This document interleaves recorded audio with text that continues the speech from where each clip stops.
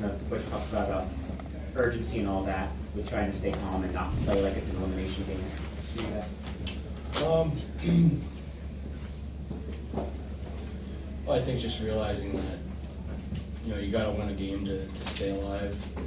Ideally, you would love it to be the best game you ever played, but realize that you just need to play a good, solid hockey game and ultimately give yourself and your team a chance to win. So just try to go into it with the same routine, same mentality, and obviously raise a level of urgency and realize that every mistake at this level is magnified, and just try to go play.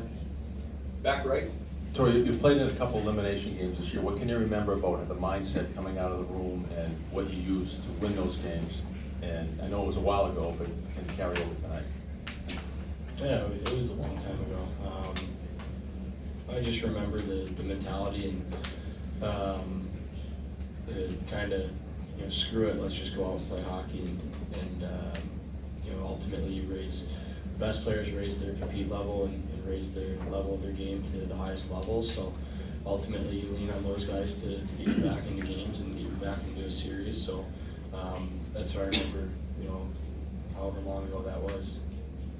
Left side, second row. Butch mentioned, Torey, that limiting mistakes, the number of mistakes, is really the key in a type of game like tonight. I'm curious, what goes through your mind, a defenseman, an offensive-minded defenseman sometimes, in kind of riding that fine line between wanting to make the play but not making a key mistake, perhaps in the neutral zone?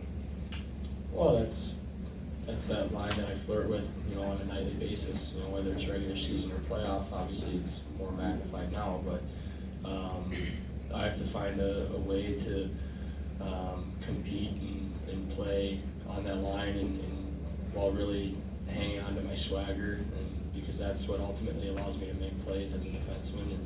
And if I'm not playing with that swagger, then I'm not making those high-end plays that I normally do. So it's tough. You got to find that line, and obviously ultimately that good, solid first pass is what helps our forwards move along and ultimately play with the puck.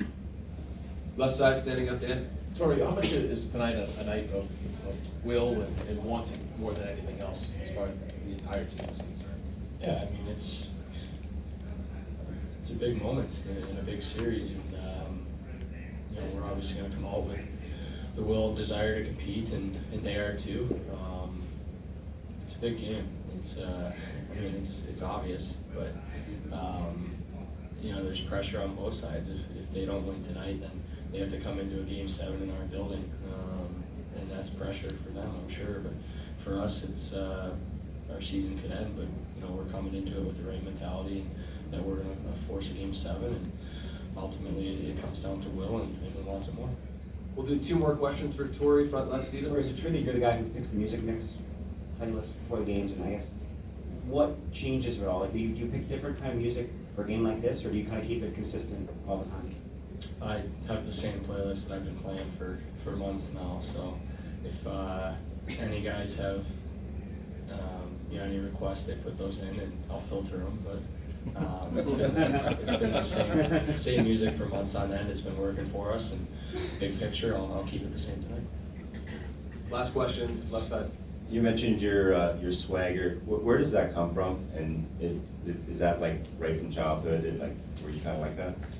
It is. It comes from growing up in a house of 4 boys, where it was survival of the fittest.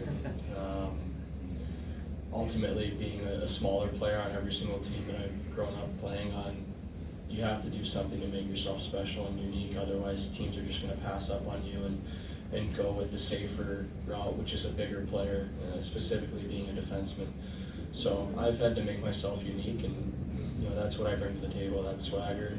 Hopefully it bleeds through our locker room and the rest of our lineup. But if I don't have that, and I'm not being a special player, I wouldn't blame the GM for going a different route and taking a bigger guy. So that's what I bring to the table, and I'll always need it and I'll always have it. Thank you, Torey.